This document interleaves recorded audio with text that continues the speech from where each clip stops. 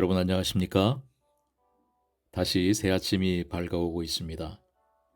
하나님께 기도로 시작하시는 여러분의 하루의 삶은 분명히 하나님께서도 기뻐하시는 복된 하루가 될 것입니다.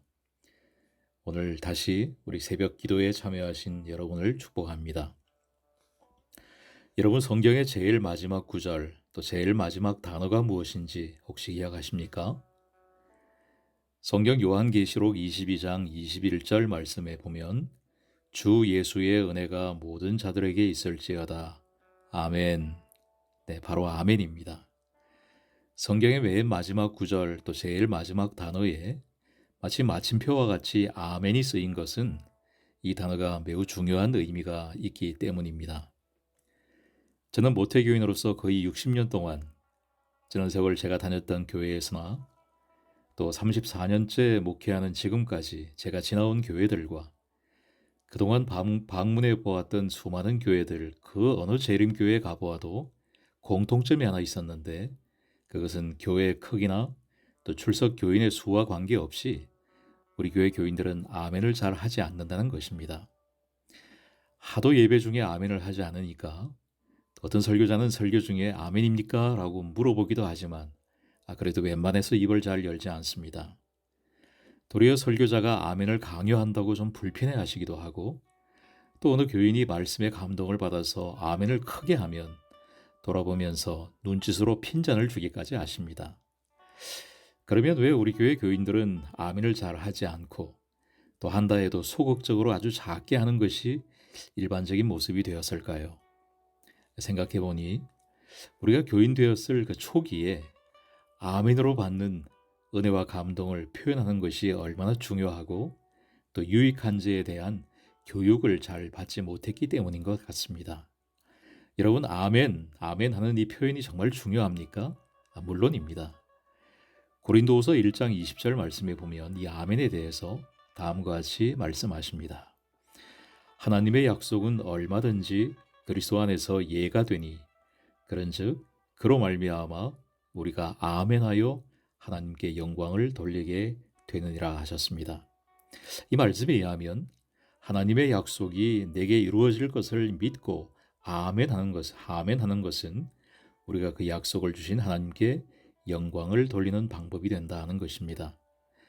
또 로마서 15장 6절 말씀에 보면 한 마음과 한 입으로 하나님 곧 우리 주 예수 그리스도의 아버지께 영광을 돌리게 하려 하노라 하였는데 우리가 한 마음과 한 입으로 하나님께 영광을 돌리는 데 있어서 하나님께서 정해주신 단어가 바로 아멘입니다. 그러니 그리스도인들이 예배나 또 기도나 찬양에서 아멘으로 화답하는 것은 우리의 성격이나 또 교회 분위기나 예배 분위기에 따라서 해도 그만 안 해도 그만의 문제가 아니고 우리의 구원을 위하여 또 하나님께 영광을 돌리기 위하여 살아가기 위해 반드시 필요한 것이라 하겠습니다. 아멘은 신앙생활에서 가장 많이 쓰이는 단어이지만 그 뜻을 정확히 알고 사용하는 사람은 많지 않은 것 같습니다. 히브리어 단어 아멘은 진실로, 확실하게, 진정으로, 참으로 그러하다 등의 뜻을 가진 단어인데 나중에는 이 단어가 믿는다, 동의한다는 뜻으로 발전하였습니다.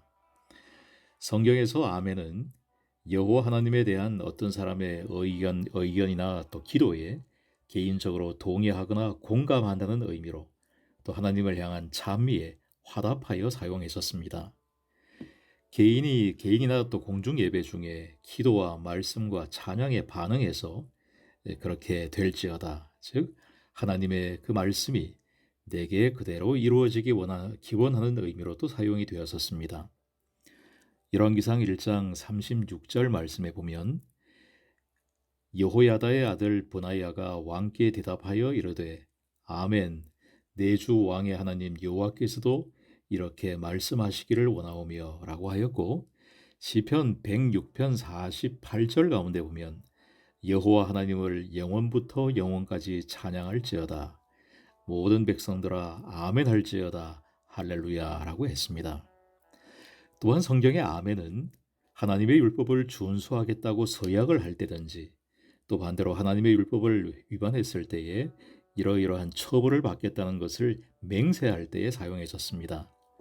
우리가 알듯이 신명기 27장에서 모세가 이스라엘 백성을 나눠서 에발산과 그리심산에 각각 서게 하고 축복과 또 저주의 축원을 하게 될 때에 모든 백성은 이 모세의 각 매 조건에 응답하여 대답하여 12번이나 아멘 하고 응답합니다. 신약 시대에 와서는 좀 더 다양한 조건과 상황 속에서 아멘이 사용되었습니다.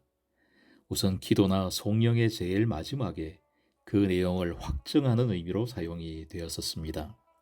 계시록 7장 12절 말씀에 이르되 아멘 찬송과 영광과 지혜와 감사와 존귀와 권능과 힘이 우리 하나님께 세세토록 있을지어다 아멘 하더라. 계시록 22장 21절 아까 읽었던 주 예수의 은혜가 모든 자들에게 있을지어다 아멘. 또 사도들의 서신 제일 마지막 부분에 축복의 인사와 함께 그 마지막에 붙여지기도 했었습니다. 갈라디아 6장 18절 말씀에 보면 우리 주 예수 그리스도의 은혜가 너희 심령에 있을지어다 아멘 이렇게 쓰이게 된 것입니다. 특별히 아멘은 신약 성경에서 예수님과 관련해서 두 가지 목적으로 이 단어가 쓰이게 됩니다. 우선 요한계시록에서 아멘은 예수님을 가리키는 호칭으로 사용이 되었습니다. 요한계시록 3장 14절 말씀에 라오디게아 교회 사자에게 편지하라. 아멘이시요 충성되고 참된 증인이시요 하나님의 창조의 근본이시니가 이르시되 여기 예수님을 아멘이신 분이라고 호칭하고 있습니다. 또 아멘은 예수님 자신이 곧 진실 되심을 알려주고 있습니다. 예수께서 이 땅에 계실 때에 복음을 전하시고 가르치실 때에 그 주시는 말씀의 진실성과 진정성을 강조하시기 위하여 말씀의 서두에 아멘을 관용적으로 사용하셨습니다. 예컨대 사복음서에서 약 70번 가까이 기술되어 있는 내가 진실로 너희에게 이르노니에서 여기 진실로의 원어가 바로 아멘입니다. 자, 이렇게 아멘이 다양하게 쓰였고 또 중요하게 사용되었다면 우리가 예배 시간이든지 찬양할 때든지 기도할 때든지 적극적으로 아멘 한다면 우리의 믿음 생에는 어떤 유익이 있을까요? 첫 번째, 하나님이 약속하신 그 모든 것의 성취는 아멘하여 반응하는 사람의 것이 될 수 있는 것입니다. 우리의 신앙생활 가운데서 우리의 입술로 아멘 하는 것은 분명한 하나님의 요구이자 명령입니다. 왜냐하면 이미 살펴보았듯이 이 아멘에 담긴 뜻이 하나님의 율법과 계명에 대한 나의 수용과 순종을 되새기고 또 내게 대한 하나님의 계획을 수용하겠다고 하는 적극적인 의지의 표현이며 동료 성도들의 신앙에 대한 지원과 지지의 표시이며 또 나의 생애 속에 하나님의 뜻이 이루어지기를 고대하는 믿음의 진실된 표현의 방식이기 때문입니다. 그렇기 때문에 예배 시간에 설교자의 말씀을 들으실 때든지 또 혼자서 말씀을 연구하실 때든지 함께 기도할 때든지 찬양을 함께 하실 때든지 언제 어느 때이든 감동의 순간에 아멘으로 반응하면서 그 약속의 신실성을 주장하고 신실함을 주장하고 요구하는 것은 우리의 특권이 아닐 수 없습니다. 또한 아멘은 하나님 앞에서 예배할 때에 주의 깊은 예배자 또 집중하는 예배자가 되게 해 줍니다. 입술로 표현하시는 아멘은 마땅히 감동받아야 할 대목에서 내 마음이 냉담하지 않도록 영적인 감수성을 유지시켜주고 예배 생활의 적극성과 열정을 가지게 해 줍니다. 아멘을 잘하시는 분은 당연히 말씀에 대한 집중도가 또한 뛰어납니다. 그리하여 말씀 앞에서 더 자주 더 깊은 은혜와 감동을 경험하게 되는 것입니다. 그렇기 때문에 성도 여러분, 아멘은 우리의 입술에서 가장 자주 또 적극적으로 나와야 할 믿음의 단어임을 기억해 주시기 바랍니다. 자, 이제 요셉 기도에 참석하신 여러분부터 오늘 저녁 안식일 첫 시간 예배 때부터 부르실 모든 찬양에 대한 감동과 주시는 말씀에 대한 은혜와 기쁨을 아멘으로 적극적으로 표현하시기에 주저하지 않는 성도가 되어 주십시오. 하나님께서 주시는 기쁨이 오늘도 여러분과 함께 하시기를 기원합니다. 아멘.